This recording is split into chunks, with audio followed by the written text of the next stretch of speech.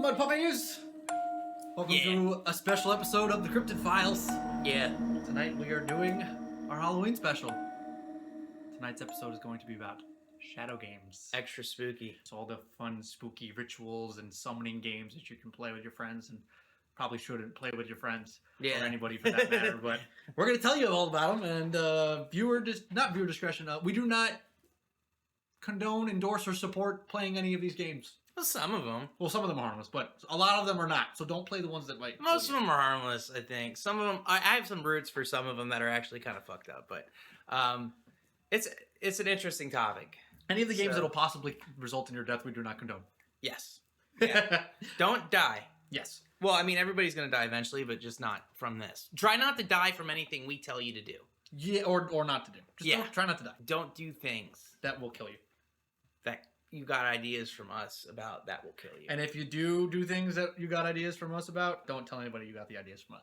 Yes. After you died. Yeah. All right, Charlie, you want to tell people what shadow games are? So we're talking about shadow games. Those games that you play, well, you played when you were at sleepovers. Like, you say Bloody Mary in the mirror 3 times, and everybody's like, what the fuck? Ouija board type games. Spooky games you play with your friend, where you guys think you're going to die, and everybody says, what the fuck? So they have different, like, cultural roots, though, too. So the modern versions that we know from childhood sleepovers and shit kind of exploded only in the past century, but that's not the roots of the actual shadow games. People have been forming games or rituals to glimpse the spirit world for a millennium. So in ancient Greece, let's start there. Ancient Greece and Rome, they used bowls of water or mirrors to see spirits. Scrying. Yes, scrying. Well, it's kind of different. Scrying was medieval Renaissance time period, where they used the same thing. Reflective surfaces or crystals, and they had structured rules. Which kind of developed into like the shadow game things. And through like the 16 and 1800s too, kids would start using apple peels and mirrors to see future spouses, and they were examples of playful ritual curiosity. But there's the one common trend throughout history with these games, and it's always been reflections. Right. It's been reflections and uncontrollable aspects. So things that can be altered either by temperature, light, fog, mist, anything that was kind of open to the environment altering was incorporated into a lot of these shadow games or rituals. Cool. Which we find in ghost hunting too, though, because that's the whole premise of most spirit boxes. They use either like temperature or radio signals or EMF to get that data that we use for communication. Yes. And so that's pretty much what you're doing when you're playing these spirit games. You're finding some way to you're trying to contact the dead or a different spirit in some way, shape, or form. And whether it's as vivid as you think it is from hearing these games, or are you just scaring yourself, or are you actually making contact with something? So that's what we're going to explore a little bit tonight. Right. So those were the games before the games that I was talking about. And it turned into seances, and mirror rituals became parts of social entertainment. Kids and teenagers used to use mirror games to like see their true loves first in like the 1600s. Interesting. Girls would actually use mirrors and candlelit light and apple peels they would apparently make them see their true love, but every now and then they'd see like an evil ghost face, and it would be a bad omen. And that's when it first kind of cracked into the entire evil spirit shadow game thing happened. So it was kind of like the first era where we had ritual recreation, which is also kind of the same era as Salem witch trials in early America. Yes. So it's interesting that we see ritual recreation popping up the same time we were burning people for being witches. Right. Kind of go hand in hand. And then we had the 21st century like internet rituals, which a lot of them are completely bullshit creepypasta stuff. Right. But that being said, even the bullshit creepypasta ones are incorporating factors from that earlier ritual seance era that they don't even know they are. Right. So yeah, there might be creepy shit happening when people do things like this. Because no matter what, you are trying to contact the dead. Right. And you are using the correct tools. Now, by accident. By accident. By accident. Just because that's how legends have been passed down. Right. So we had like a whole era recently, within the last 20 years, the internet era, where ritual seance was just kind of getting passed through Reddit and Discord. Yeah, and it's now fun.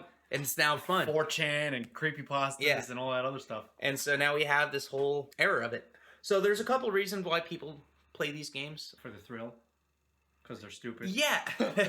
Well, yeah. There's facing fears in a controlled environment releases tension. Similar to watching horror films. Right. So it's like it's like a natural, like, psychological, like... It's an adrenaline rush. Yeah, adrenaline rush, but it's controlled and you feel a little bit more safe because you're in a controlled environment. Right. So you think. Right. Social bonding, you're with a group of people, and it's also all doing the scary thing together. All doing the scary thing together. There's a little bit more peer pressure in there. Right. And it's also got that alpha, I have to show how brave I am in the pack type deal, too. Right. Which happens at 8th graders when they group up together at night. One of the biggest questions that we always have in life is death. You know, what happens in, like, the afterlife. And it's a way for people to almost feel like they have a window that they can look through and see some type of real reaction. And whether that is the reaction they're looking for, there is still some type of spiritual recognition that happens when you do these weird shadow games. Because believe it or not, you are recreating a lot of the original rituals that people use. So that's a good background. It's time to dive into these shadow games. Yeah, and I think it's only fitting that we start with probably the most popular shadow game. The one that everyone learned in kindergarten. Yes, Bloody Mary. So let me give a quick premise on it. You stand in front of a mirror in a darkened room, usually illuminated by like a candle or a few candles or whatever you want to do. Right. You chant Bloody Mary, sometimes, depending on what Discord server you're on, either 3, 7, or 13 times. And the spirit of Mary is said to appear in the mirror, sometimes covered in blood, screaming, or attacking the summoner. Right. There's a bunch of versions that vary here. Some say that you have to spin around between each chant. Others add specific phrases like, I believe in Bloody Mary. Right. The result is usually meant to be a jump scare or a psychological dare that you get someone to do. So a little bit that I learned with that too, because I've noticed that a lot of shadow games have some level of reward, and most of them have some level of punishment for fucking up. Yeah. There's a couple accounts of the Bloody Mary game that the reward is that she just stays in the mirror. And basically what it is if you're a good person and you play Bloody Mary, she just appears to you and then disappears. Oh. If you're a bad person and you play Bloody Mary, she's not in the mirror, she's behind you and you're seeing the reflection, and she'll gouge your eyes out. This is weird because Bloody Mary historically was a terrible fucking person. Yep. So that's I guess in this version of the tale is that she's repenting by going after bad people to summon her. Yeah. So the whole game is it's less of a just do it, and then you do it and bad things happen. Like there's a reason behind wanting to do it. It's like to prove that you're a good person. And when she just pops in the mirror and looks at you and then disappears again, it's like you have a clean soul. Yeah. But if she shows up behind you because you did bad things, you're fucked. Yeah, I don't know how much I believe that part. Just from Bloody Mary's history of being a fucking almost borderline serial killer. Queen that killed all the Protestants, or she was a Protestant queen that killed all the Catholics? I forget. She killed it was fucking hundreds of people. I forget. It was some religious shit. Yeah, though. It was one. She was on one side of Christianity and killed the other. Yeah. So once again, let's just talk about mirrors real quick. So the component ties directly to ancient mirror folklore, which I talked about with the Romans and Greece and throughout history. Mirrors were once believed to be portals or soul traps. In many cultures, mirrors were covered after a death, so they wouldn't get trapped or appear. Right. So when somebody died, they'd cover all the mirrors. Make sure the soul gets to heaven and not pulled into a mirror. Yeah, and I actually knew that because when I was playing oldie time video games, there was one that was Vampire News when there was a bunch of dead people. They had the mirrors covered up in the room, and I was like, oh, why? And I was like, oh, fuck. That was an actual tradition people did back then. Yeah. But the idea that a reflection could show spirits or futures dates back to Greece and Rome. Right. So it's been a long fucking way. So let's talk about Mary herself. Is Bloody Mary Mary Queen of Scots? She's Mary the First of England. Okay, so maybe it's not Mary Queen of Scots. Yeah. I don't know, there's a lot of Marys in England. Yeah, no, so she reigned from 1553 to 1558, and she was known for executing hundreds of Protestants. There it is. Catholic queen. Her violent reputation gave rise to the nickname Bloody Mary. Over time, ghost stories associate her restless spirits with blood and mirrors, particularly since mirrors symbolize vanity and judgment. Okay. Which, again, I would not... If I was going to figure out who I am as a person, she is not the person I would ask. No. People talked about there being Bloody Mary folklore with her actually being a witch or a murdered woman or a girl who died violently. I kind of attest those to people who spread the creepypasta story without knowing history. As we see with a lot. So let's talk about the psychology behind this one. Low light and prolonged staring cause something called the Troxler effect. So your brain fades and distorts parts of your reflection. You start to see the bloody tears that people talk about, or your eyes disappear. Yeah, like so you're seeing your own reflection, but your brain is trying to put together a bit of the puzzle that you can't see in the dark. Visually see in the dark. So it's a lot of it is just visual effects happening. And the fear suggestion, basically, you may actually be seeing a ghostly bloody face because you're so terrified that your brain is creating. Your brain is seeing because it wants this to. lack of information and saying, I need information here, what the fuck? And you're so scared, and that's what you're visualizing in your head, that your brain's doing it. Yeah. Interesting. Yeah, and we talked about this before. It was pareidolia yes. effect, right? Where you basically create faces. Right, in the dark, yeah. In the dark. We have this natural human instinct to try to make faces out of everything we see. Face means friend. Face means friend. Or sometimes face means enemy. Means foe. Yeah. Face means thing is there. So Bloody Mary just became like a staple to like sleepovers. Did you ever play Bloody Mary? I have. Have you? Did not see Bloody Mary. I was always afraid to do it, so I never did it. Really? As an adult, now I'd probably do it.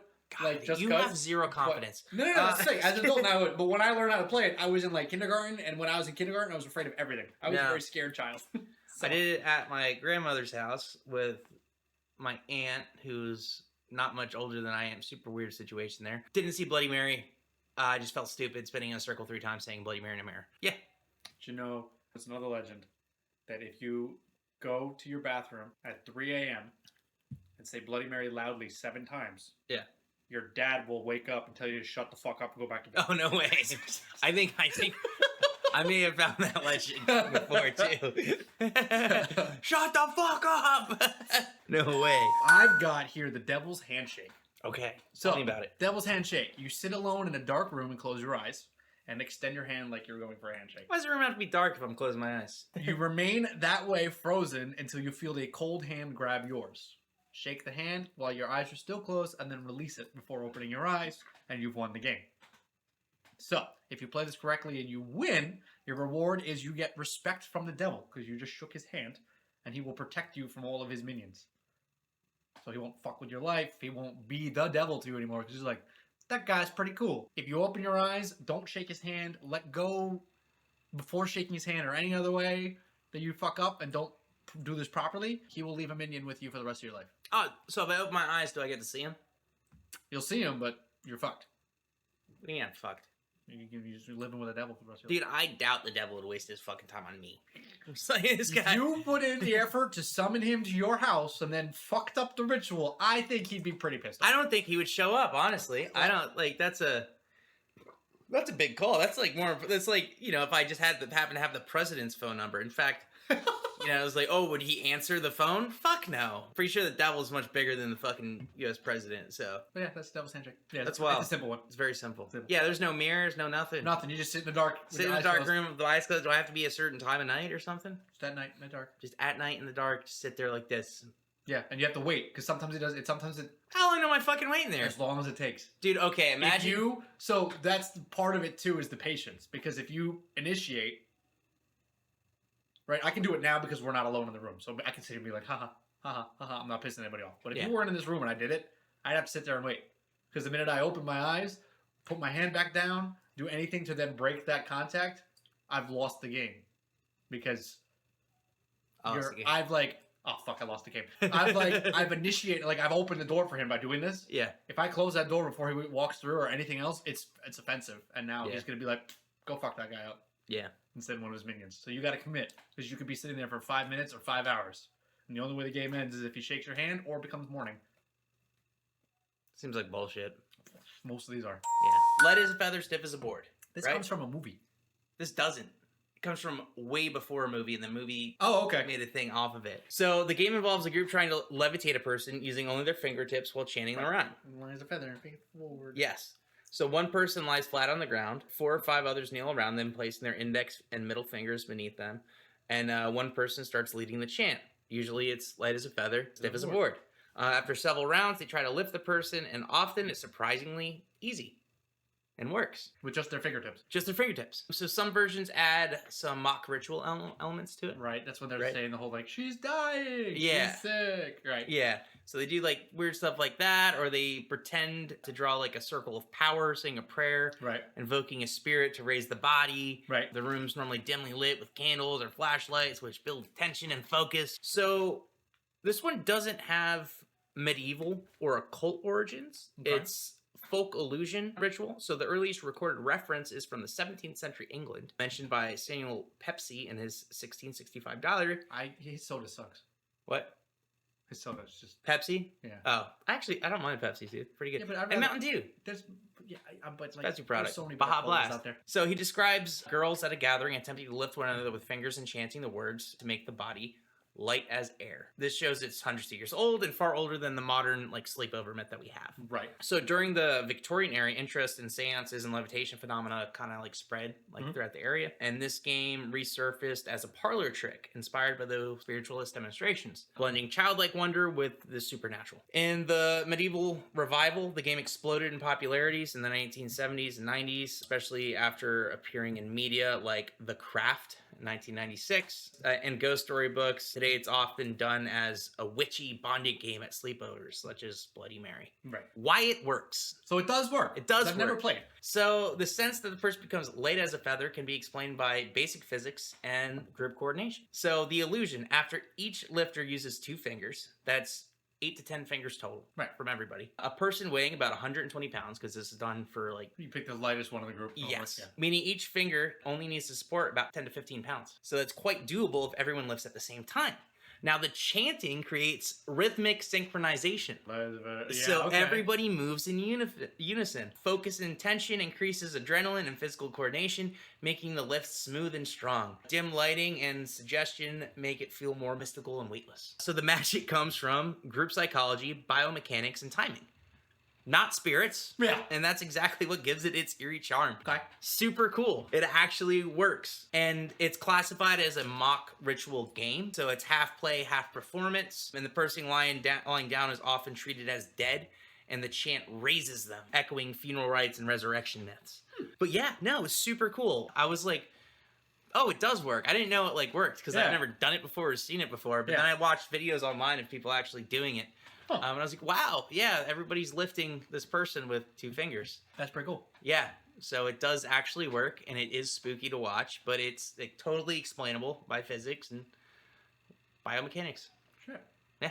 That's cool. Yeah, fun. Neat. So I've got here Dry Bones. Okay. This one's fun. Not really. So this game is played at 12:01 a.m. alone. You can't have any buddies with this one. You can't have any friends. You got to do this by yourself. Yeah. Every door in your house has to be locked and secured. So that includes cabinets, drawers, dressers. Every single door has to be closed. Even the broken doors? All the doors. The house has to be, everything has to be closed and secure. All your lights. Wait, doors. It doesn't say drawers. Doors, yes. So drawers are fine. This can be open. I guess. Windows? So, if it's a door window, yes. That window. No. It says everything has to be closed and secured, so I imagine probably. Everything has to be closed and secured. Yeah. Everything. I guess so. So like that. Probably. All right. So all your lights and electronics have to be off in your house as well. Sit in silence and wait. If you hear anything, leave immediately. The game is fucked. Get out. Don't come back until morning. If the house stays silent, you can proceed into the game. Light a match and let it burn itself out. It has to burn for 15 seconds. If it burns out before 15 seconds, you can light another match and start again. If it gets blown out, you've failed. And you've lost the game now. And you'll lose. I'll tell you what happens when you lose when we get through this. If it burns out after 15 seconds, you may continue. After it burns out, you lie on the floor and you say, I'm aware of my presence and I welcome you into my home, but not into my body. Come now. Then move to the largest room of your house, hide, and wait. A lot of waiting. When Dry Bones is ready, you'll hear him moaning in your house. If you hear any other sounds, talking, banging, anything, get the fuck out of the house. The game is fucked. Don't come back till morning. Really? Yeah. What is the talking? Only want to hear moaning. If you hear anything else, get the fuck out of the house. Don't come back till morning. Okay. Game is fucked. You summoned the wrong thing. Okay. Just like if you hear anything before you tell Dry Bones to appear, you summon the wrong thing. Get the fuck out. Don't come back till morning. All right. So once you hear moaning, I feel like I may have lost this game unintentionally, just with the power out before. Yeah. So, let it mash. Fuck. Okay. Let another one. Fuck. Oh, I'm cursed. So once you hear him moaning, that means he's playing. Stay hidden until 3 a.m. If he doesn't find you, you can come out at 3 a.m. and say, "Thank you for playing, but please leave now. You are no longer welcome here." Mm-hmm. Game is over.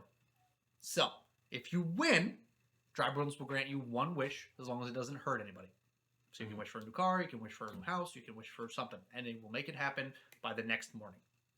So if you want to win a new house or something, you'll get a call sometime the next day. Hey man, you just inherited a house. Yeah. As long as you don't harm anybody, he will do it.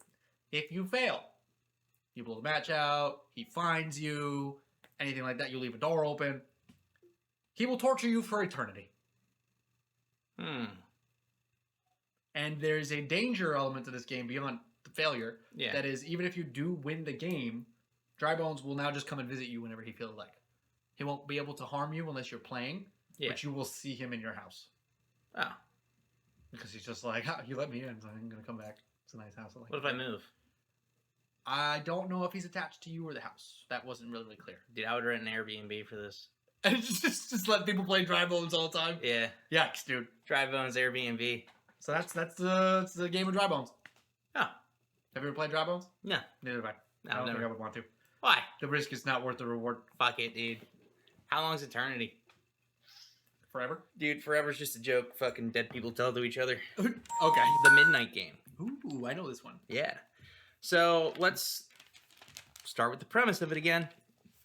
Midnight Game is a ritual-style game in which the participants or group attempt to summon a supernatural entity, often called the Midnight Man, by performing a series of steps at or around midnight. Right. When summoned, the entity is said to roam the house or a cold, dark space until a certain time, commonly 3:33 a.m. Right. That number has fluctuated, though, based off different... Well, I've noticed 3:33 a.m. is a very reoccurring time, though. It's an angel number. Yeah. And during that time, the participants must follow strict rules. They have to keep a candle lit. Yep. Avoid the entity. Yep. Don't leave the house. Yep. And don't fall asleep improperly. Right. Okay. And he can only get you if your candle's out. So if it blows out, light it immediately. Yes. So you risk losing, which in the legend means terrifying hallucinations, possibly forever, yep. paralysis, or sometimes worse. Yeah. They'll torture you until you either go crazy or die. Yeah. The variation accounts describe if the candle goes out and is not relaunched within 10 seconds, or if a rule is broken, Midnight Man can harm the player. Yes. So these are the alleged origins of Midnight Man. They trace the ritual to basically a creepypasta.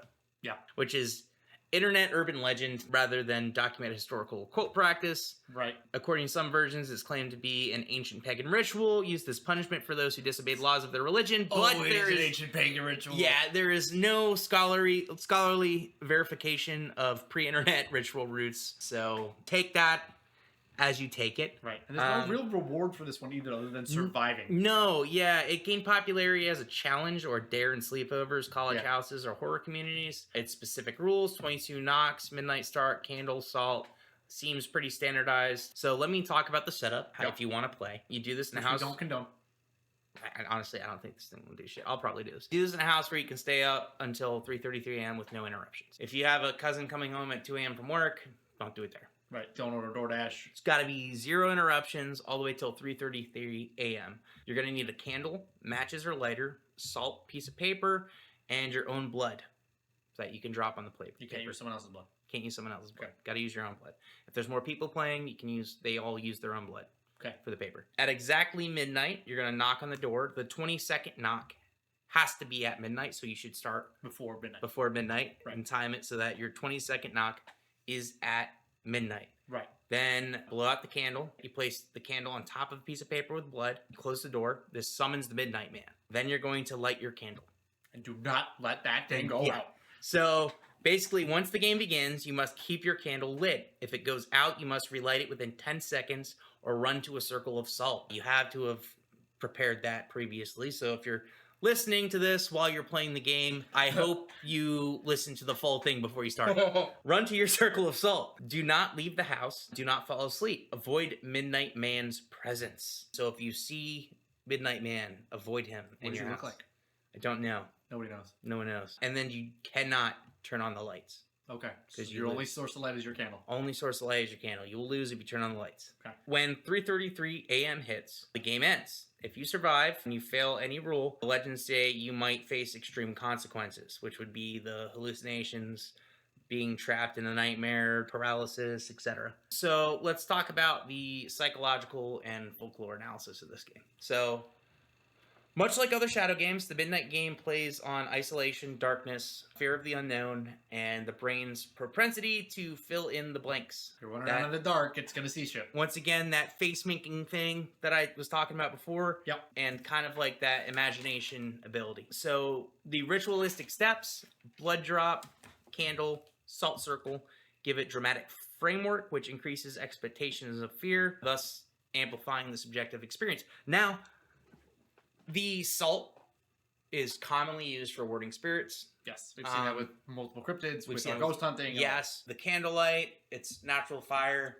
Yep. It's supposed to keep things away too, because that's supposed to be like one of like anything that like is man-made. Yeah, is supposed to drive freaks out natural spirits. Yeah, freaks out natural spirits. And then the blood is to give it kind of like that creepy like pagan ritual thing. It's almost like a blood sacrifice type deal, but it's you know, it's creepypasta. Gotta put blood in it. You gotta put blood in it. So since the game is done at night, alone, or with minimal company in the dark, the environment is already primed for anxiety. Candle flicker, shadows, odd noises all contribute to it psychologically. The online myth reinforces it. People shared the "I heard footsteps, I saw a figure," which builds more of a legend and fear for new participants. So firelight, as we know, is different than regular lights in the house. With fire moves. It's a bit more sporadic and unpredictable. Right. So it's going to cause flickering lights, weird shadows, moving shadows. You're going to see things that you would not normally see. Now, does that have any form of supernatural presence to it too? Because we see with a lot of like ghost hunting stuff, all of those environmental random changes are a way that we see spirits communicate. Right. They say when a candle's still, there's something keeping it calm. When a candle moves a lot, something's playing with it. So there is a little bit of just spiritual connection. But spiritual connection involved in this. And you see this with a lot of these games. There is spiritual connection involved. Even though it's not found the right way. Right. It is still there. So when you attempt to contact a spirit, most of the time, it seems like you will get something. Yeah, some way or another. Some way or another. Is it what you're looking for? Not at all. Probably fucking not. There's trained professionals train themselves. They make money off this. That say they can contact specific people and get fooled all the time. Yeah. So take all these with a grain of salt, because when you pick up the phone and make the call, you do not know who's going to answer. Yeah, you're never calling a number. You are just straight up going out into the void. And that's the biggest thing that we found when we do our own ghost hunting. Yeah. Is you'll get things that come through that point you towards somebody. Things that you're like, how does anybody else know this? Like, this is uncanny. Yeah. But you got to remember, how does anyone living know this? Doesn't mean somebody on the other side didn't go, this is what they need to hear. Yeah. Then they're going to trust me. And it's somebody that's trying to kill you or take your soul or torture you or anything else. There's no way of truly knowing. Yeah. There's no way of truly knowing motivation either, but we see motivation, sometimes negative motivation from spirits. So. And part of that comes from the only thing that you can trust completely is your own gut. Because one of the biggest rules of the spirit world, so to speak, is energy. Yeah. So putting out negative energy is coming from something that's evil. If it don't feel right, it probably ain't right. Yep. And the more you try to convince yourself that this is my grandma, right. So if you think you're talking to grandma but you're feeling uneasy about it, it's probably not grandma. Yeah. If you're talking to grandma and you feel at peace and comfortable and happy, it might be grandma. And if it's not grandma, it's somebody at least that's coming through to you for a good reason. Yeah. So it might not be grandma, but it might be somebody else that just wants to talk and they pretend to be your grandma because you'll talk to them. But it might not be a demon trying to fuck your life up. It might just be somebody who's like, well, you want to talk to your grandma? Well, I was someone's grandma one time, and they don't try to talk to me, so I'll talk to you. Yeah. All right, I got one here for you called the Dark Reflection Ritual. So, this game is played with a mirror, as with most games. One mirror. And so what you're going to do is you're going to find a mirror. The older the mirror, the greater the risk, but the greater the reward. How do I find a mirror? You just get a mirror. Go to an Any antique mirror. store, pick any mirror. It could be a handmade. It doesn't have to be a wall mounted mirror. It could be any kind of mirror. Can you I can play make with a a mirror? hand mirror. Yeah. But again, like I said, the older the mirror, the greater the risk, but the greater the reward. Can I make a new mirror out of old material? Yeah, but it's going to be a brand new mirror. You're going to get that much out of it. So, here's how the game's played. You're going to go take your mirror and put it somewhere in the house and wait till sundown. And at sundown, you're going to look your reflection in the eyes for 3 seconds. Now, you can play this game with friends. If you're playing with friends, you take turns. So, you look in the mirror for 3 seconds. That's your own reflection. Then you lean in and you breathe on the glass so that it fogs up. Mm-hmm. If anyone else is playing, then they take their turn. They look in the mirror, at the reflection for 3 seconds, breathe on the mirror so that it fogs up. Doesn't have to fog the whole mirror up. You just have to leave a breath mark. And that's what connects you to the mirror now. Your breath is now connected to the mirror. Once everyone has gone, you light a candle and you hold it against the mirror until it leaves a black mark. That's to agitate the energy that's in the mirror. It's a catalyst. Yeah. Like with any chemical reaction. Flames, what gets things moving. Once you have a black mark on the mirror, you blow the candle out and you break the mirror and run. You have to break an antique mirror? So basically now what happened is now that you've fucked. broken the mirror, you've released all of the negative energy that mirror was holding on to. Yeah.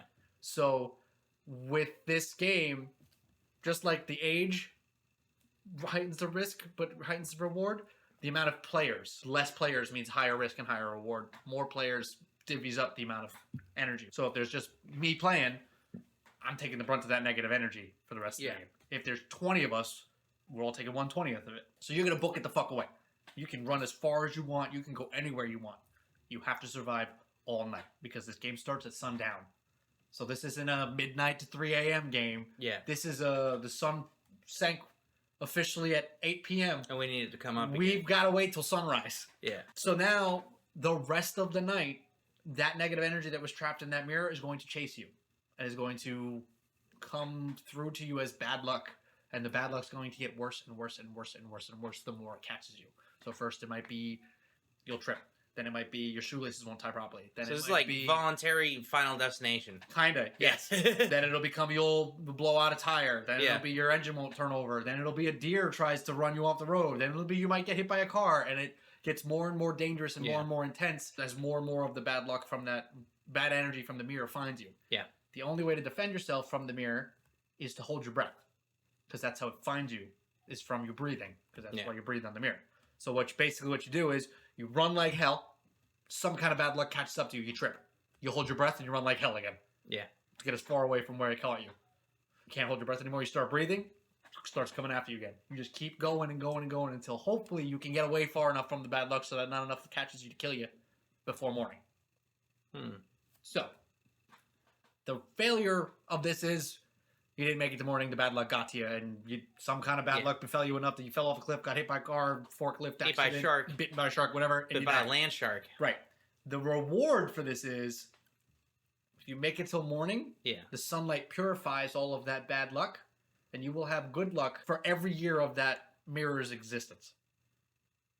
So an antique mirror that's been around for 200 years, you will have good luck for 200 years. Yeah. Assuming you would live that long. A mirror that you made today, you'll have about a day's worth of good luck. But it's good luck to the point of winning the lottery, the woman of your dreams will fall in love with you, you'll get a brand new car, someone will pull through sickness, you'll never get sick again, you'll never go hungry again. Like, it's like your life is now perfect for as long as that luck carries up. And then it's not like you get to the end of it and suddenly your luck turns bad. You just, the magic wears off and life goes back to normal. But you still get to keep all the shit you did. Yeah. So, this is one of those, like, the risk and reward kind of are on the level if you think you can handle it. Interesting. So I think the smart thing would do is maybe get a mirror that was sold at Five Below like 4 or 5 years ago. Bullshit, Doesn't have a lot of bad No, energy in it. time out. You only have Balls to the survive fucking till wall. morning. Dude, stop being a pussy about this. Get a Thinking you get a 4 or 5 Dude, years of good luck out of it? I am I'm breaking sold. into the fucking loo, and I'm fucking taking that fucking 5,000-year-old mirror, and I'm gonna live for 5,000 years, because I'm gonna be one lucky motherfucker. You're going to have to hold your breath for a long time. Because that amount of bad luck is going to kill you quickly. Fuck no. I'm lucky as fuck. I'll bring a 4-leaf clover with me. Dude, I would bring good luck charms. Well, that doesn't say anything about good luck charms helping or hurting you, so I don't know. Well, if good luck charms help give good luck and I'm getting attacked by bad luck, I would just kind of load up as on much good luck as I possibly can. I would just practice breathing exercises to hold your breath longer. Bro, there's no way you can hold your breath till fucking morning. That's not gonna obviously, happen. but you could do it in stints. Now, when you exhale... Immediately finds you.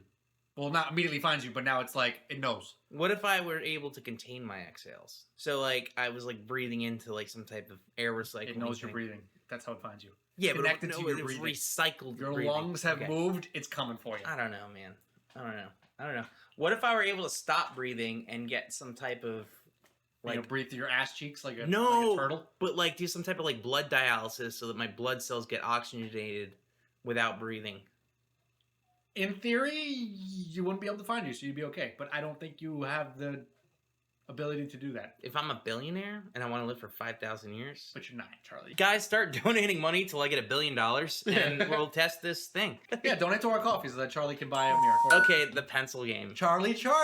Yeah. Of course you're covering this one. I know, I had to. So this game involves balancing one pencil on top of another, forming a cross or an X. It's placed over a piece of paper, which is sectioned into quadrants. Right. And you'll have opposite corners say yes, and opposite corners say no. Yes. And basically, you ask something aloud like, Charlie, Charlie, can we play? Or Charlie, Charlie, are you there? Or something like that. And you're going to watch to see where the pencil moves. If it moves to yes and yes, that's yes, you can play. Right. If it goes to no and no, Charlie doesn't want to play. And basically, you have to kind of listen to Charlie for this. So if the pencil moves towards yes, the entity called Charlie, in many versions of it, is considered present and willing to answer further yes or no questions. Now, as we just spoke, you're not actually talking to an entity named Charlie. You're probably just reaching out. Giving a name to the entity that's talking to you. Giving a name to the entity. And this is kind of a very loosely done one, too. It's all based off of the balance of the pencil. Right. So you can say there's a lot of, randomness in there, wind, breeze, temperature. But also you could have just placed the pencil down wrong and it can go to yes or no. Right. But it's a very simple way when we get into ghost hunting. It's like an introduction for ghost hunting type shit. Communication with spirits. So if the pencil moves towards yes, the entity called Charlie says yes. If it moves toward no, he says no. The game traces back to Spanish-speaking cultures under names such as Juego de la Pizarra, which is literally the pencil game or pen game. And some articles identify modern Charlie Charlie variant as a virtual phenomenon from around 2014, 2015, rather than ancient tradition. There is no Mexican folklore with a demon named Charlie. Okay. So, that being said, the name Charlie, like we said, is just kind of placeholder. Reddit carried it through, and here we are today. Okay. So how do you play? As I just said, very simple. You're going to get a piece of paper on a flat surface, draw one vertical and one horizontal line on it. Right. You're going to divide it into quadrants. Two opposite quadrants are going to be yes, and two opposite quadrants are going to be no. We're talking diagonal. Don't set it up wrong. Don't be a dumbass. Set it up right. Put yes and yes and no and no. Yeah. It won't work. Won't fucking work. Won't fucking work. So you're going to take one pencil, you're going to lay it flat on the horizontal axis, and the other one you're going to lay it on top of that pencil on the vertical axis so it's balancing. And basically what's going to happen, you ask Charlie, Charlie, can we play? And if it starts moving towards yes, that means you can play. Right. And something wants you to ask it yes or no questions. Right. Or if it points to no, we're not playing. Something's probably looking out for you. Stop talking, it's dead. Or your shit's fucked up. But either way, that's how it goes. And then to end the game, you have to say, Charlie, Charlie, can we stop? And you wait for a yes response. What if it says no? If it says no, you have to keep playing. Oh, boy. Once again, this all depends on like the spirit you get and the spirit you're talking to. And if it says no, it might be pissed off at you and doesn't want you to leave. And the suggestion it says is to keep playing till eventually it says, yes, you can leave. And that's just not to leave any bad juju behind. Right, because you always say goodbye in any kind of summoning game. Yeah. Or even in just communication. You always break the connection by saying goodbye. Yeah, it's a good thing to do because you don't want to drag anything with you. Close the door. And since you're doing a thing with only yes and no responses like this, it's the best thing to do is just wait for the say you can leave. So it's a very simple Ouija board type game, but it's It's cooler than a Ouija board because you're not relying on your friends to move the thing to the thing. Fake it with you. And fake it with you. Yeah. You're actually just relying on the environment to give you yes or no answers. It's better in a room where there's airflow, there's some environmental factors that might change because you want those stimulated changes because that will... Moving pencil. Yeah, that'll be your driving force. Obviously, don't have a fan on next to you because it's going to keep saying no. Or just spin. Yeah, or just spin. It's I don't know. I thought it was a cool game. So rather than a spirit pulling it, movement typically explained by gravity, instability, and subtle external influence. But as we just said, subtle external influence is kind of the basis for It's what you need. Communication. You want subtle influence. Yep. Yeah. So supernatural framing here. These are some of the risks that kind of go to this. Some religious or moral commentators have warned against it as opening oneself to unknown spiritual influences, which is true.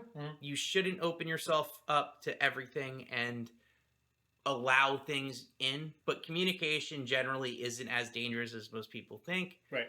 As long as you're not... As long as you follow the rules. As long as you follow the rules with it. And on the social side, the game has become a viral like internet meme thing with teams filming the reactions and making it part of a game, part performance. While it's physically harmless for most, it can induce fear, anxiety, and sleep disturbances for some participants, especially in low light isolated settings. And it basically says don't bully your friends into talking to ghosts, which is true. You should not bully. You shouldn't boil your friends either, but you definitely should not bully your friends into talking to ghosts. No. If your friend doesn't want to fuck around with spiritual shit, that's perfectly fine.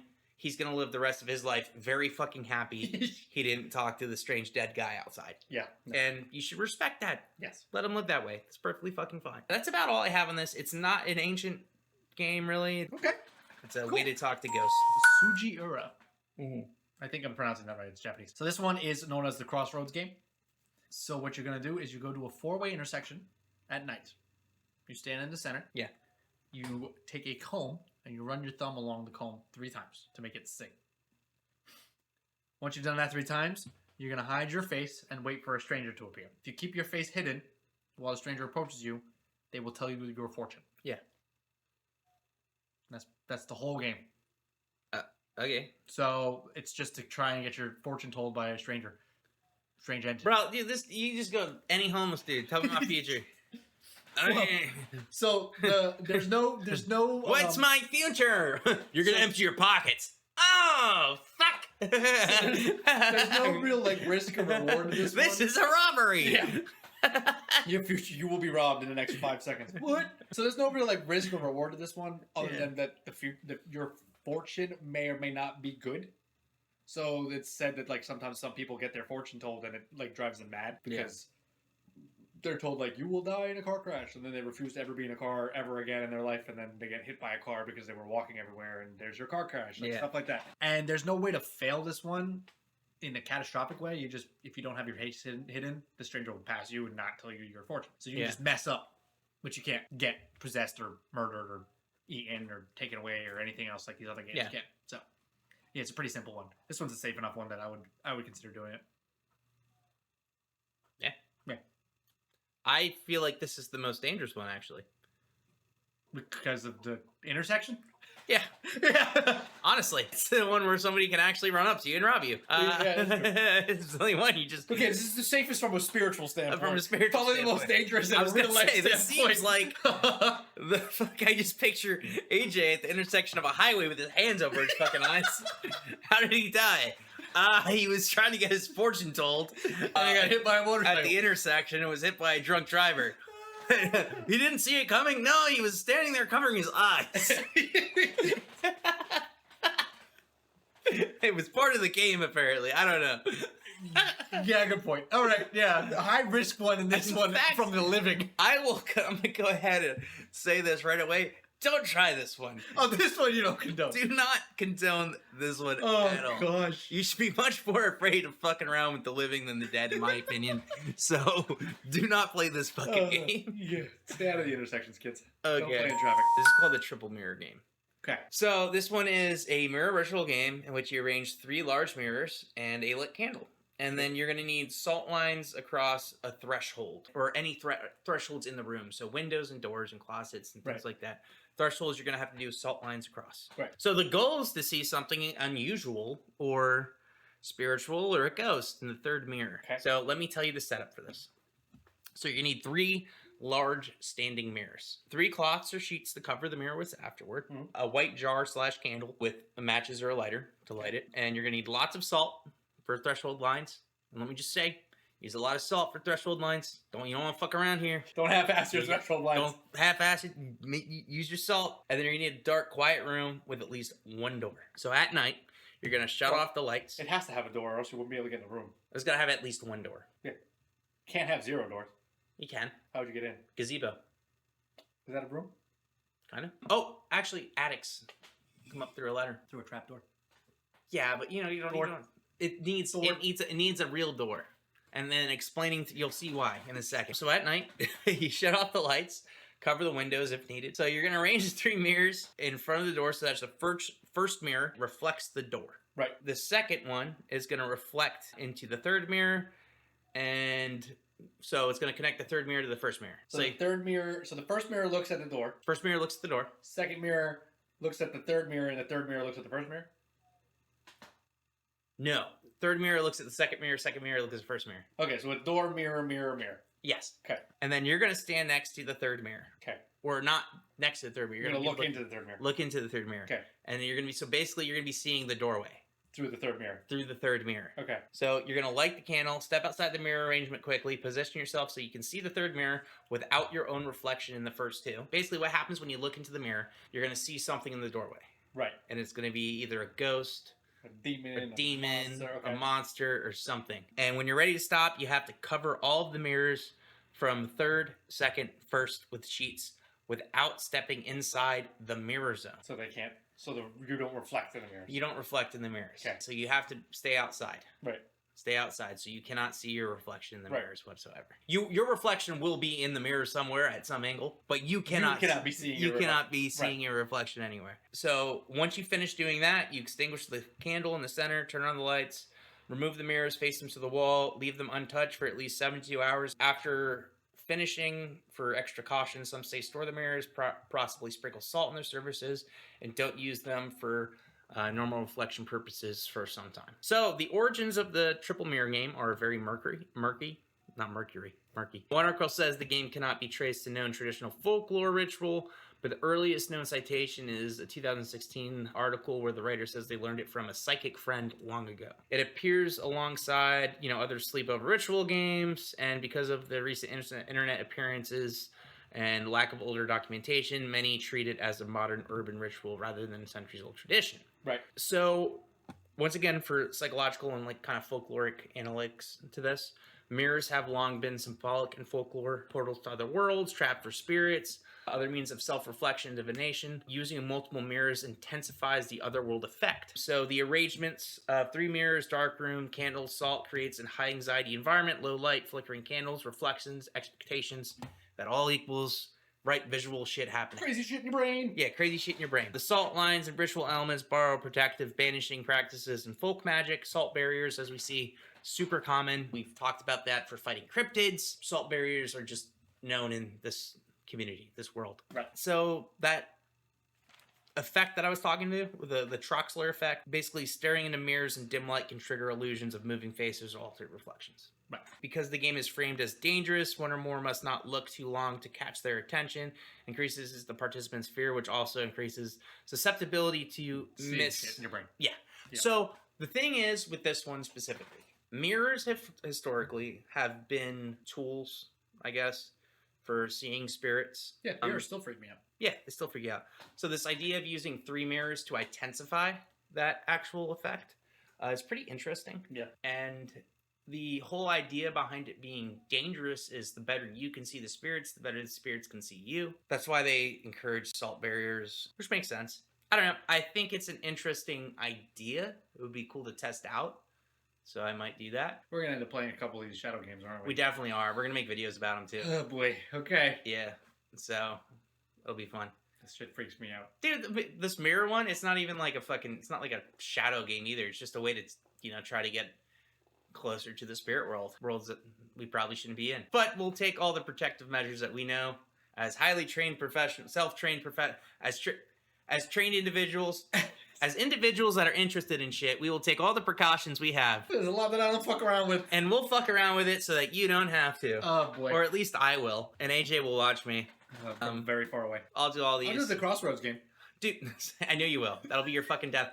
I'll tell you what, I'll probably do all of these, and I will just fucking let you know if any bad shit happens. Because a lot of these seem kind of bullshitty. And I feel like they take... There's a handful that we can't, because we have to turn off our electronics to play.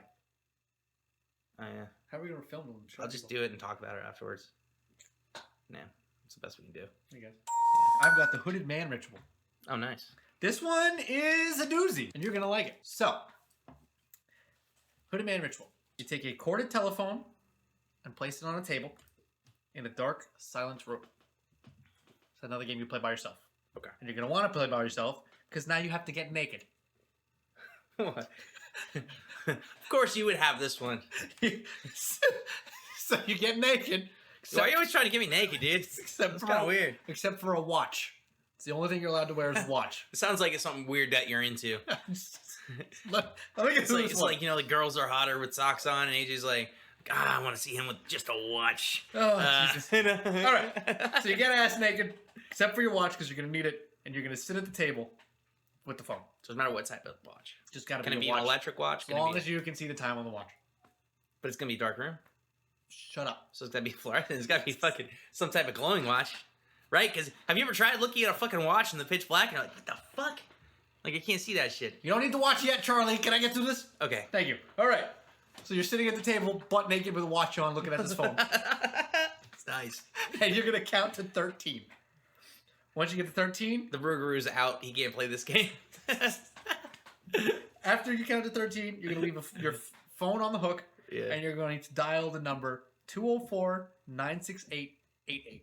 And you're going to take a black string and tie it to the receiver and lift the handset up using just the string. Don't touch the receiver. Then, you're going to lift... Once you've lifted the receiver up, you're going to dial the number 255-158-23.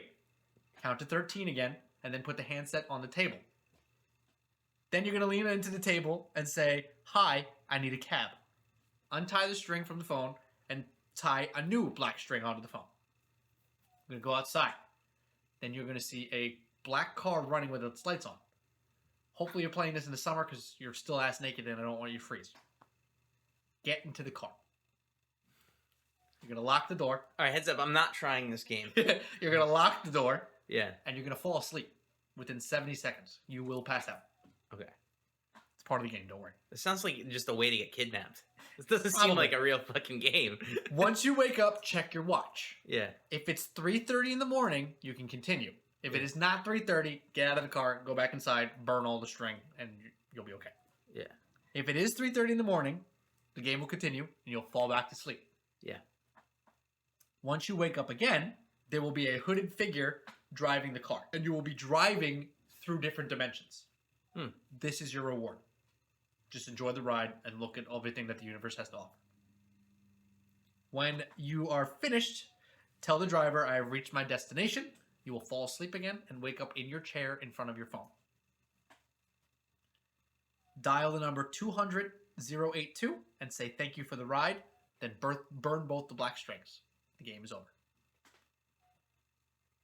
So, this is just for a cool ride through dimensions while you're butt naked in the back of a black car. I don't want to do this. Now, there is a failure that comes to this.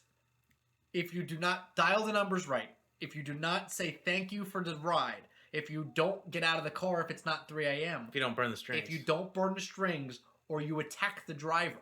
Yeah. I don't know why you would, but it said if you attack them or attempt to see their face, like pull their hood off, try to lean into the front of the car, anything. The driver will grab you, throw you in the trunk, and you'll live there for the rest of eternity. In the trunk? In the trunk of his car. Are there other people in the trunk? Everyone that has failed or lives in that trunk forever. It's even a big trunk. It's a fucking interdimensional taxi cab. It's probably a huge trunk. Probably like the Infinity Cube thing. So, yeah. And I don't think you want to be trapped in a trunk butt naked with nothing but a watch on with other people that are butt naked with nothing but a watch on for eternity. The first time. So I don't know why you have to be naked to play this game. I could not find an explanation about it Anywhere? Dude, this sounds like you're just calling somebody to come pick you up and kidnap you. I'll be real. And none of these phone numbers are legitimate phone numbers. They don't have enough digits. Did you? Oh. Yeah. And you need a corded phone. Yeah, it has to be a corded phone. It can't be with a. It can't be a cordless phone or a cell phone. So you have to find like an antique corded phone, and it has to be a corded phone that you can dial while it's on the hook. So it can't be one of those phones that like, you know, when the phone is sitting on it, the numbers are underneath it. It has to be some kind of phones on the cradle and the numbers are here. Mm. So this is pretty much outmoded. I don't know if you'd be able to play it at all. Yeah. So I have to buy a phone for this. Yeah, I'm not gonna play. Mainly because I don't like the reward. You don't want to drive through dimensions? Not naked with some dude in a mask. He's not a mask. You just don't know what he looks like. All right. He's got his foot up. So this is sometimes called Sandman or Sandman made of sand. Sandman or Sandman, also sometimes known as Sandman, and another name is Sandman. So this one, yeah. So this one's kind of also like guided hypnosis. This also related to the other game called Sandman? Yeah. Okay, okay. Yeah. I just was making sure that was also. So there's two people involved, obviously. The central idea is through storytelling and touch, one participant is made to feel as if their body is filling with sand, and the other one's full of man. Very heavy, numb, or dead. So the goal is to induce a trance-like sensation of paralysis, vivid imagery, simulating a mythic Sandman visiting and taking over the body. Okay. So this is how it's played. You need at least two people, the subject, the one being filled with sand, and the storyteller, which is the guide.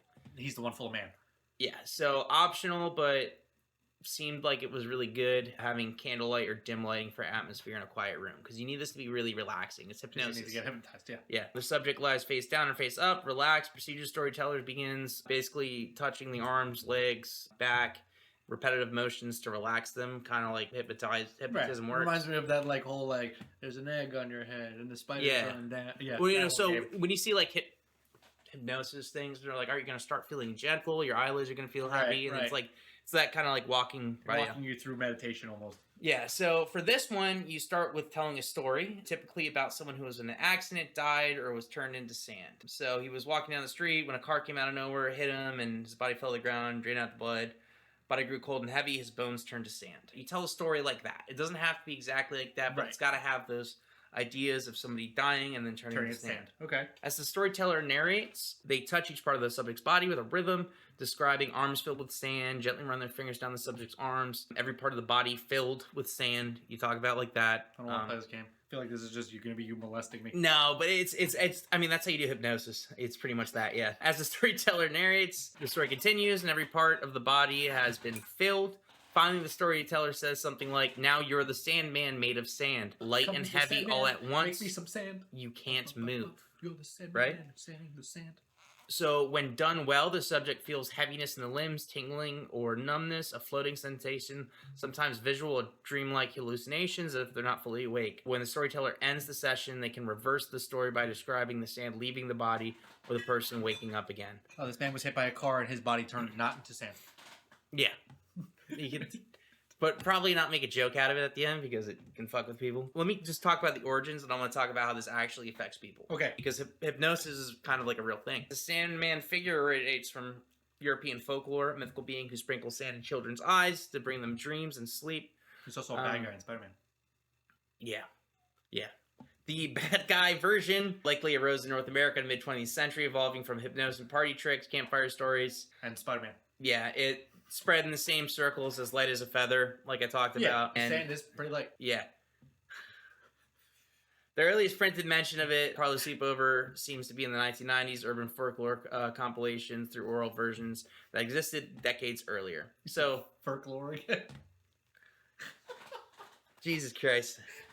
So, suggestion and expectation, how they affect the body. So this is kind of like just the basis of hypnosis.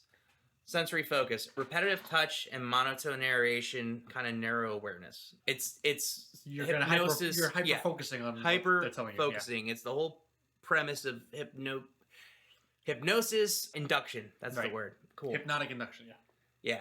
So the idiomotor effect, the brain translates suggestion, so you're heavy, into actual physical sensation. So that's kind of how hypnosis works. Peer pressure and setting, dim light, quiet, and anticipation heighten suggestibility. So if you've ever seen like a hypnosis show, you'll notice that he tags people out. He'll get like a group up there and Right. he'll like hypnotize some of them, people that seem more susceptible to it. Right. Because there is an actual effect where you will feel what Hypnotized. the suggestion. Yeah. Right. There are And people then that some will people be. can't let go that much to be hypnotized. Now, this is supposed to basically instigate sleep paralysis. Oh. Which is the point of this. It's sleep paralysis mimicry. Some people even feel trapped, a fleeting but powerful illusion. The effect is so convincing that people often swear they were momentarily paralyzed or possessed by the Sandman spirit. So this so is have from you real ever... innocent to really bad. Yeah. I've had sleep paralysis before. Shit is terrifying. Yeah. No, I have too. And it's terrifying.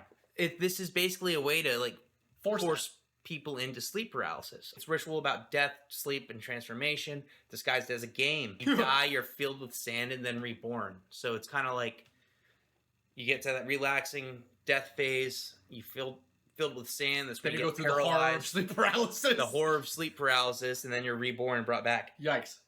It's supposed to let participants experience morality and trust. The subject literally gives control of their body to someone else. I don't want to play this with you. In folklore studies, it's classified as mock ritual or mortuary simulation game. Similar to light as a mortuary stimulation. Yeah, does stimulation. not sound okay. No. So, though physically harmless, it can trigger panic, claustrophobia, sleep paralysis sensations. People with anxiety, trauma, or disassociation issues should not try it.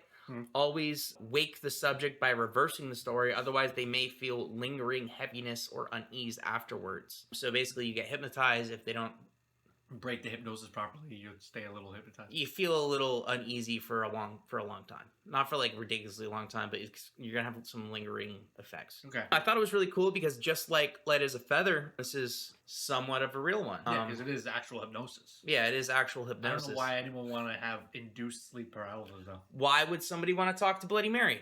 Fair enough. Why would somebody want to play the Midnight Man game? It's one of those things. You ever done that when you were like a kid and you make yourself pass out by like squatting 3 times and breathing heavy and then blowing into your thumb and then you fall over and black out? No. I did that. I had Nickelodeon. And you do black out.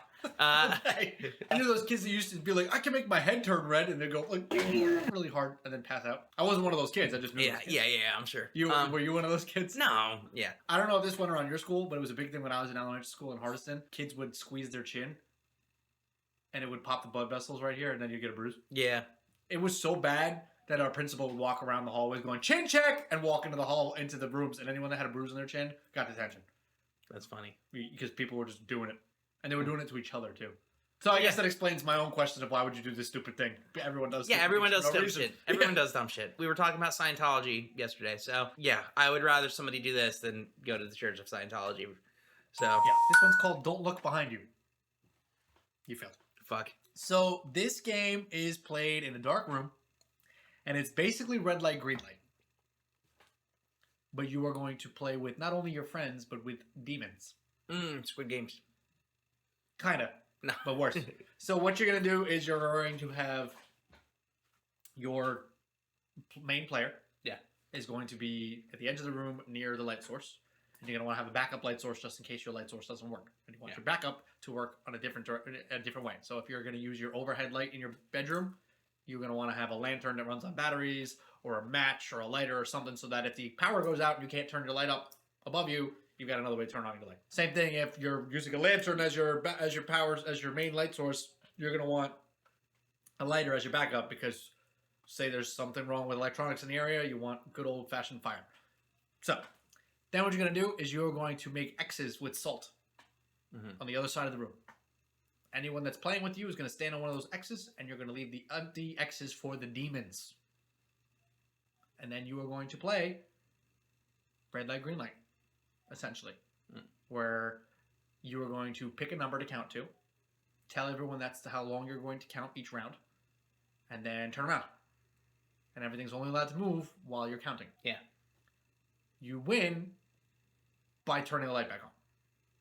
It's a game of chicken. So, you want one of your friends to make it to you. Yeah. Because if one of your friends makes it, you all win together.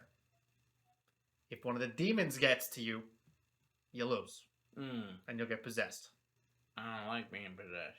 If you chicken out and quit the game before one of the demons touches you, you lose. You will gain a reward equal to how far you get the demons get. So if you do the first, like, I'm gonna count to 12, and everyone's only allowed to walk as fast as a human can walk. So the demons are not allowed to be like lightning fast, like across the room and kill you. They have to walk at the same speed as all your friends. You say you count to your first 5 and then turn around and then click on the light. You're gonna only get 55 cents collectively from all the demons granting you a wish. But if you go like 4 or 5 rounds and then it's like you can feel breathing on your neck and you bang that light on, you might get a new car.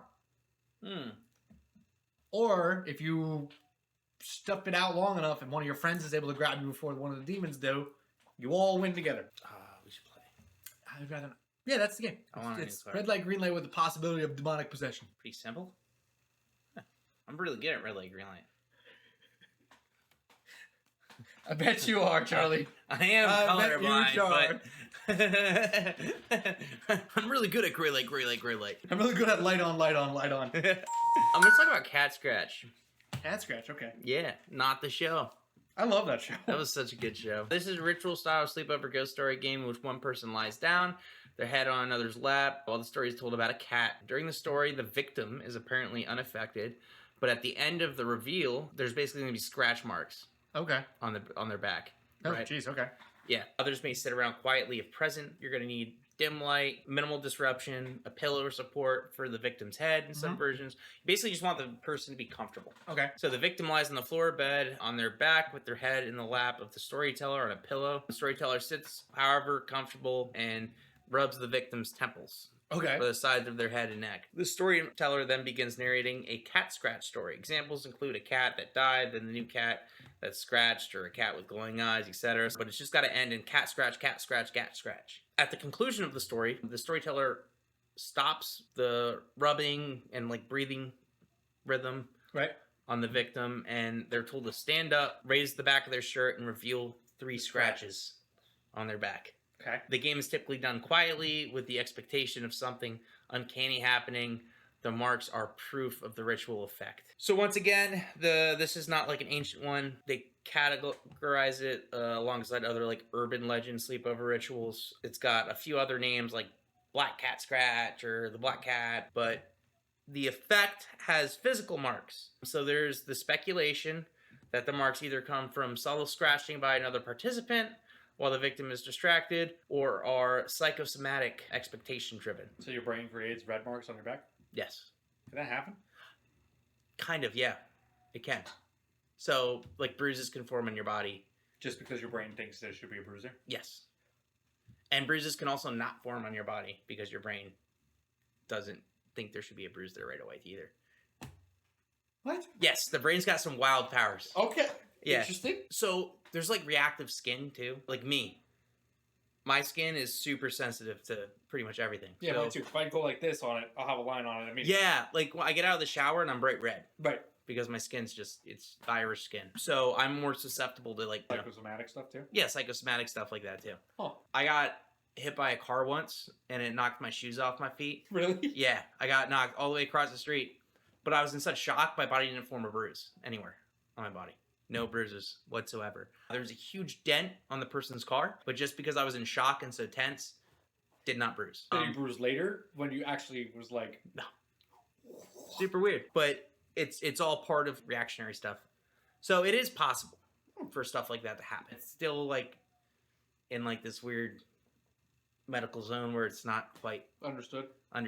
Okay. But we know that you can get marks in your body just from your brain thinking that you should have a mark on your body. Your skin's not gonna split open and start shooting blood out. But it's gonna have red lines on it. But you can have like a red line on your body because your brain thinks that you have a red line there. Have a red line there. Yeah. So the victim expects that something should happen because everyone knows the story. The expectation can heighten perception of sensations, tingling, scratching, subtle physical action because of the heading temple rubbing distracts the victim. Another participant could strike the person's back, causing a slight reaction there. Okay. Also, because the person's focusing on their getting scratches on their back, they could be shifting and scratching their back, scratching their back themselves by accident. Okay. Something. It is pretty much a magic trick the way I look at this. You're not actually summoning a cat. It's a little bit mix of hypnosis mixed with psychosomatic, magical brain jargon. Yes. So it's a magic trick. The distraction, low lighting is all involved. The physical marks may result from actual light scratching, pressure from lying on something, or perhaps autonomic responses, which is what I was talking about before. Right. So skin reddening, raised hair, etc., lying on something, and purposely inflicted or psychomatic is part of the legend. Very cool. There's not too much history behind this, but it is interesting how there is actual physical effects that can be seen when you do something like this. Right. I feel like I picked a lot of them where I just saw real shit and I was like, oh, this could be real. Wow. Oh my God. And then you look into like, oh wow, your brain can conjure scratches and bruises. That's wild. Yeah. Super cool. And it's basically just your body saying, oh, this area is probably hurt now. Oh, I got scratched 3 times on my back. We got to send shit there. And now your skin's red and 3 scratch marks. Super cool. I love real shit. That's a cool one. Yeah. I like that one. Cool. The closet game. So in this game, you're going to take a match and you're going to step into a dark closet and close the door. You're going to say, show me the darkness, and light the match. Then you're going to start hearing voices behind you. Yeah. It's a whole game. So the reward of this game is if you just chill out in the darkness and let them talk, they will tell you secrets, they will tell you your fortune, they will tell you things you're not supposed to know, all this other kind of crazy cool shit. When you want to stop, you blow out the match and you leave the closet. Yeah. You can fail if you turn around. Yes. Or you leave the closet without blowing out the match. Yeah. If you do that, a demon will enter your home and not leave. Nice. When you conclude the ritual, you exit the closet, close the door behind you, and turn on the lights. Some say you must never again look inside the closet door without lights on. You pretty much summoned a demon to your closet. Yeah. And it's living there now. He's comfy. So once again, the exact origins are unclear. This is not a fucking ancient thing. They didn't really have closets in Mesopotamia. Yeah. I mean, they might have. Do you think they had closets in Mesopotamia? I don't think so. I think the average Mesopotamia home was just a room. Probably. Yeah. But the palace might have had closets. I feel like that would be such a waste if you're building a house out of mud and straw and you're like, wait a minute. We need a closet. We need a tiny room in the room. Can't we just make the house bigger? No.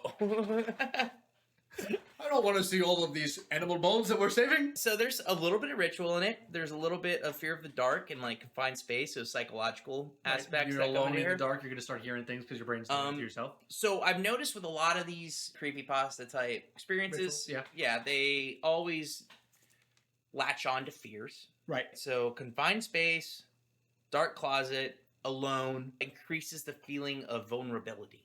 Right. Participants often anticipate something supernatural will happen. This primes them to interpret normal sounds, floor creaks, breathing, house noise as paranormal. Which, if you're expecting to hear something, your brain's going to make it up. Your brain's going to make it up. Same way that we find faces in the dark. Yeah. Mm-hmm. So it's part of that.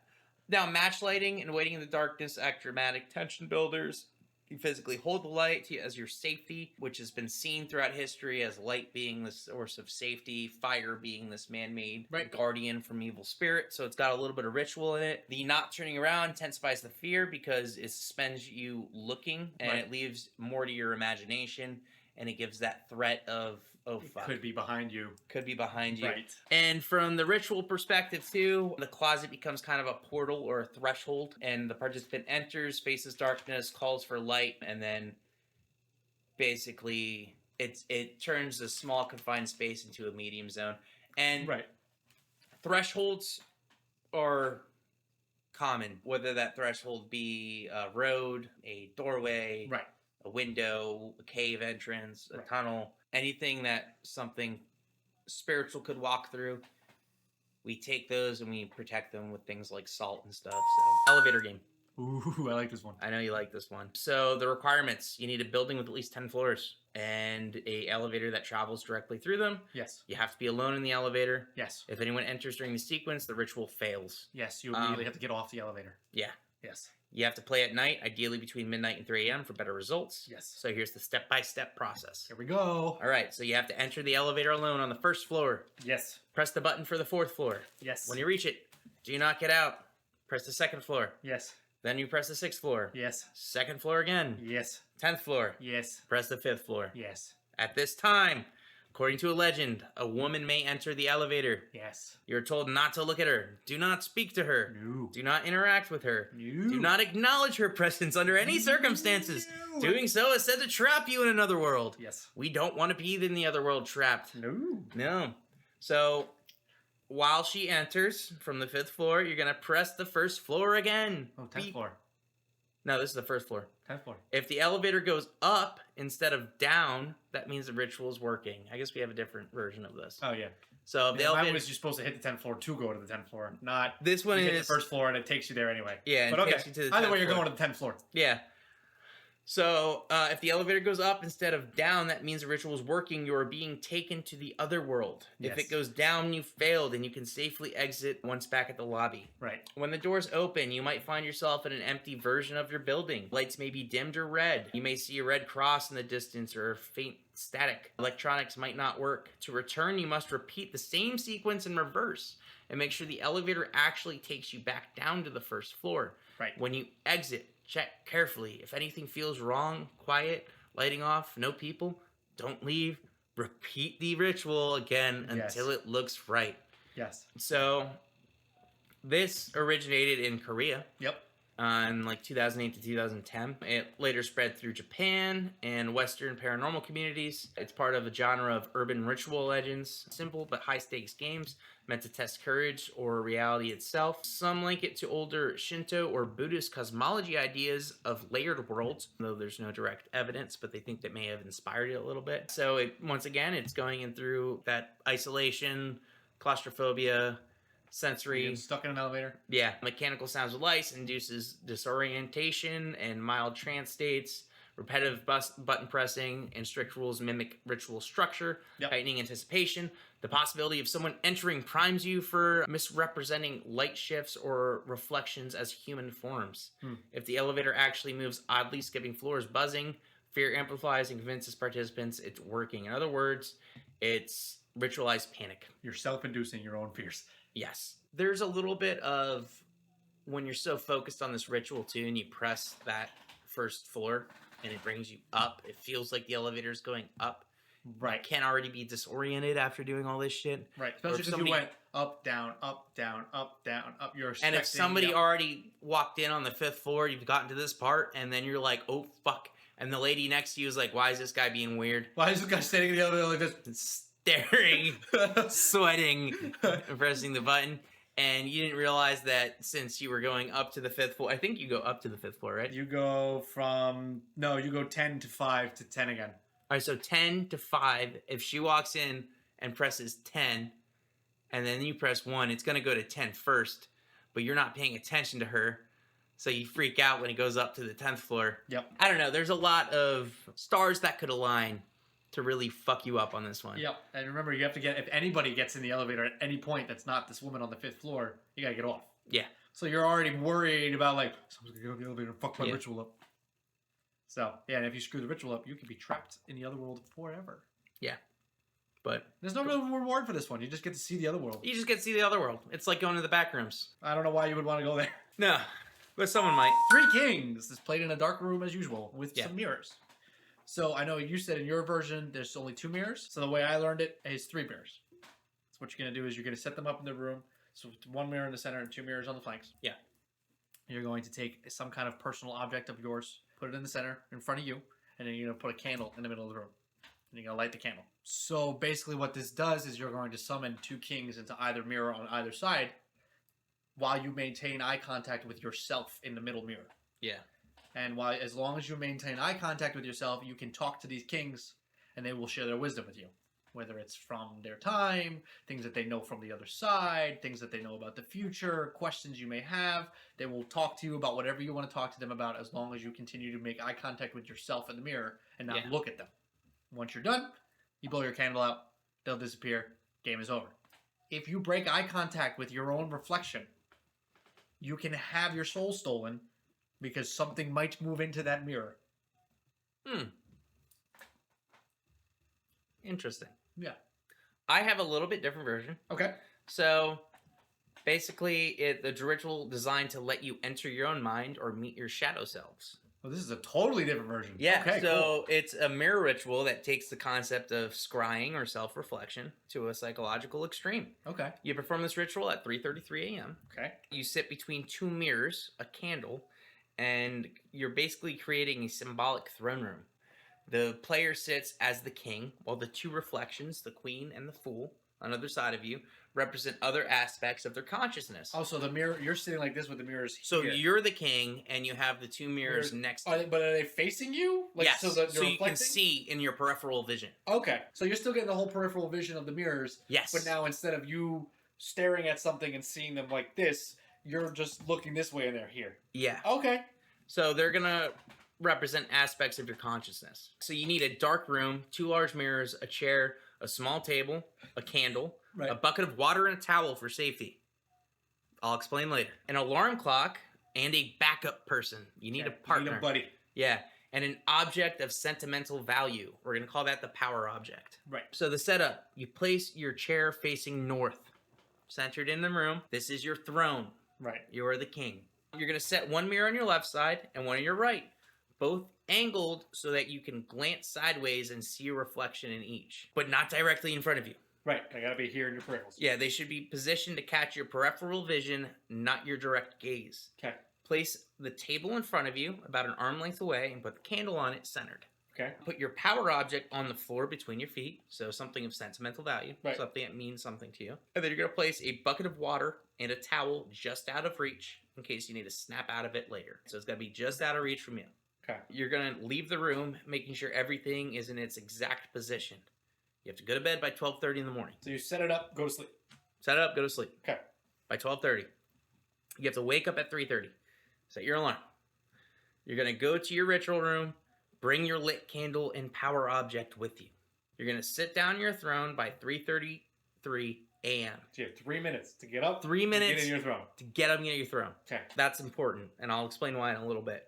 You're going to keep your gaze forward, not into the mirrors or the flame. You are now in the presence of the 3 kings. The queen, which is the one reflection.